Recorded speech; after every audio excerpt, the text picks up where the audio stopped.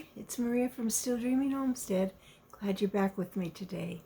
We are continuing to read in our story, Ghost of the Moaning Mansion.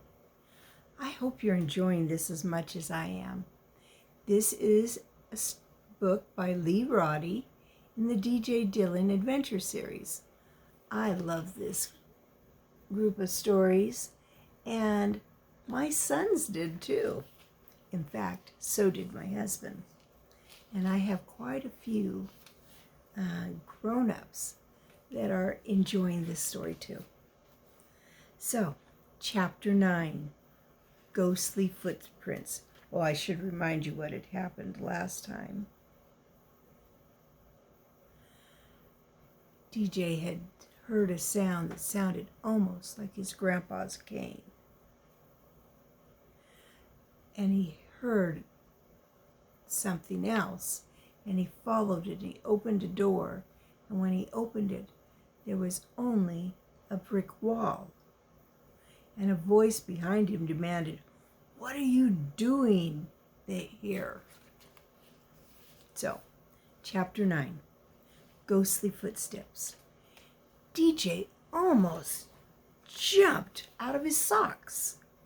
He whirled around, flipping up the flashlight. "Alfred!" His friend threw his hands up to shield his eyes. "Hey, you're blinding me." DJ's heart was at a full gallop, and his mouth was suddenly so dry it took him 2 times to get his voice to work. "What's the idea of sneaking up on me like that?" he demanded in a fierce whisper. "Trying to scare me to death?"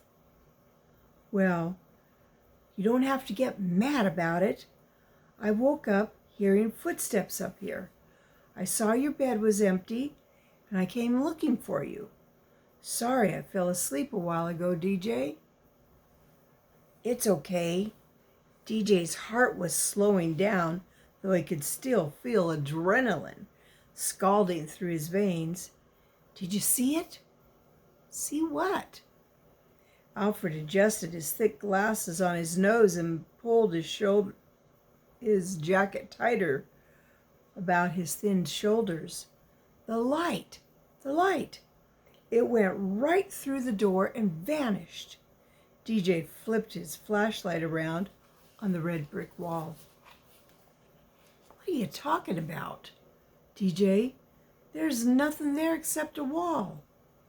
Wordlessly, DJ closed the door and then opened it again. "Wow," Alfred whispered. "Why on earth would anyone build a wall behind a door?" DJ didn't have any explanation. His breathing was almost normal and his pulse was about the same. "I thought I heard Grandpa's cane tapping just before I saw the light." "You did?" DJ shrugged. "I'm not sure." He led the way down the stairs, across the chain, and then back to the bedroom. In the lighted comfort of the room, DJ explained more fully what he had done and seen on the 3rd floor.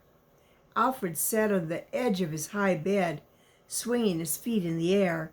"You think maybe your grandfather's up there instead of in the tunnel?" "We don't know what's in the tunnel," DJ reminded his friend. "I don't know where that sound came from. Then I saw this light, and it vanished right into the wall." His voice trailed off, and he didn't finish his thought. Instead, he said softly, "Alfred, I can't explain any of this. Not logically." "You mean you're beginning to think there are such things as ghosts?" Alfred's voice was tight and thin, as though he was starting to believe in such things in spite of all that he knew.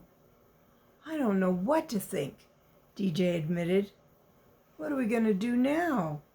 DJ took a slow, deep breath, battling doubts and fears, gnawing at his thoughts like rats against ropes. I've looked everywhere except under the house to see if we can find a tunnel or a cave. Alfred spoke in alarm. You said you wouldn't look there tonight. I won't. Besides, I've had enough mysteries and scares for tonight. Let's get some sleep, then look under the house tomorrow before Dad gets here. Suits me, Alfred exclaimed, sliding his jeans off and tossing them on the end of his bed. He swung his legs under the covers and took off his glasses. Night, DJ. DJ stripped down to his underwear and slid under the covers of his bed. He snapped off the light and stared in the semi-darkness of his room. The full moon, riding higher in the sky and shining through the window, gave the room a soft glow. Lord, DJ whispered, looking toward the invisible ceiling, I know there are no such things as ghosts, and yet, well, I'm scared. I don't know what to think. And where's Grandpa?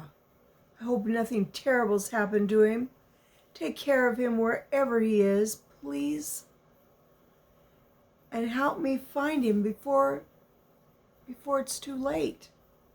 The boy hesitated, remembering to mention Brother Paul's health, and then added, Amen.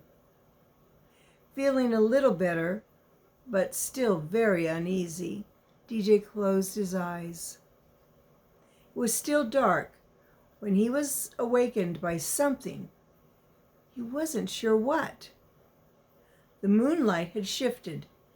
The room was still fairly dark, but what had awakened DJ?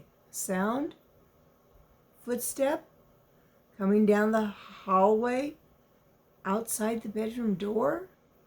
DJ sat up to listen better. Whoever it was walked slowly and steadily, yet the footsteps didn't sound like shoes or boots. DJ thought more like something loose on the feet. DJ jumped from the high bed of the floor. Slippers! Chinese slippers! It's the ghost! DJ's heart was pounding so hard it seemed to be louder than the steps he was straining to hear. They were closer now. Closer.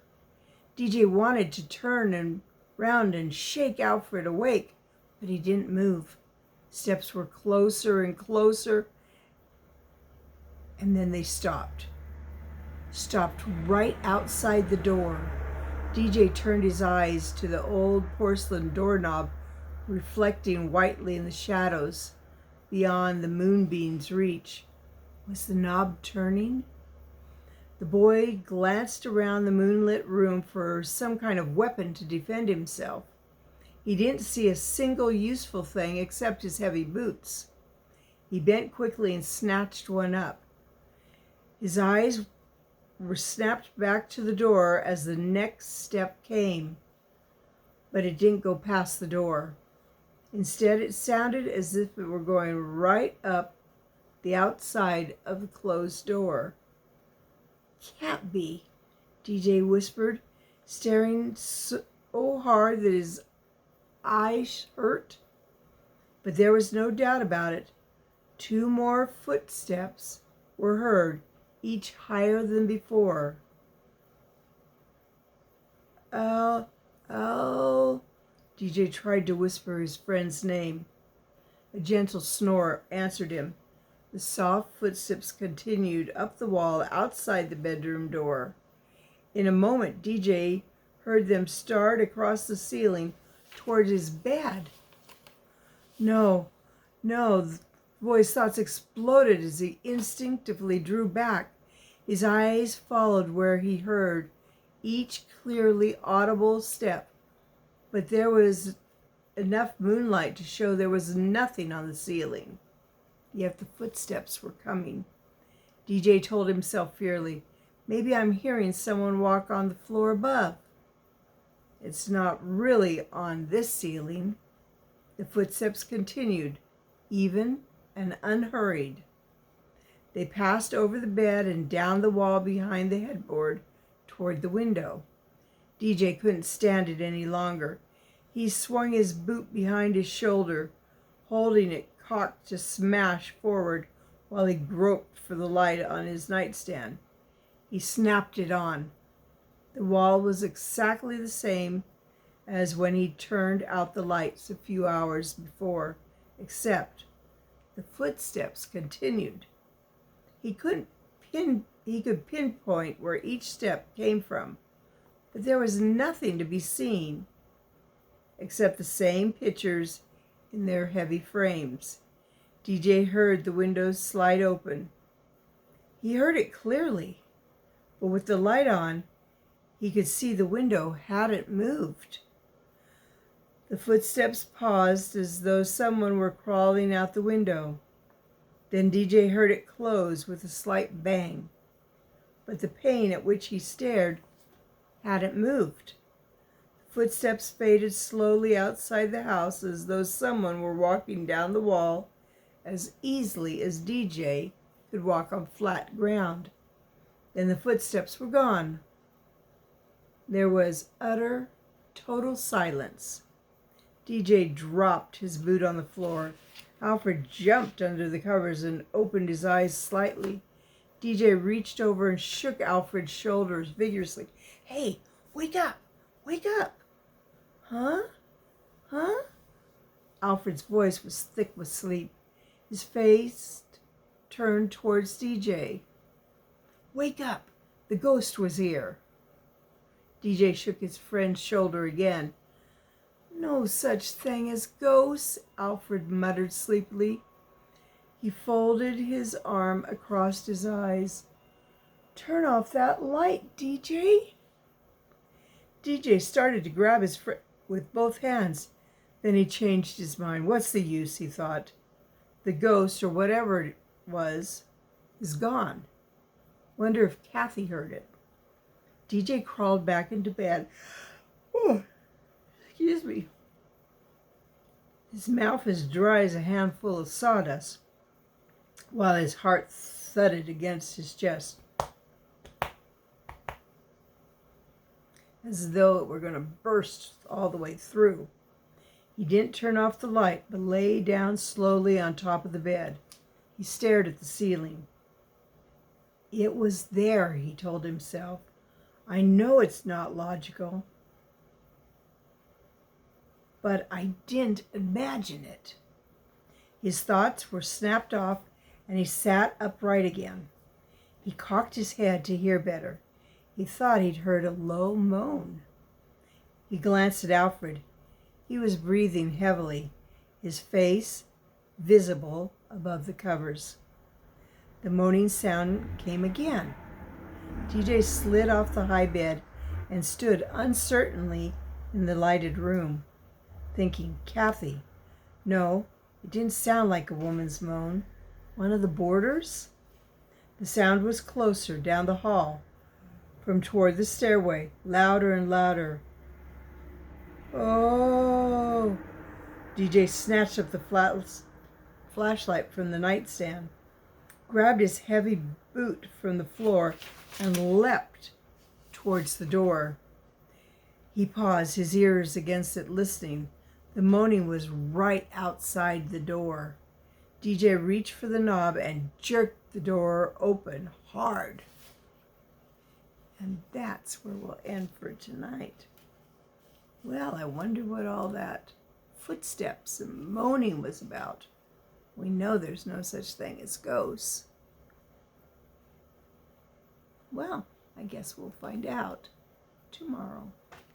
So it's Maria from Still Dreaming Homestead.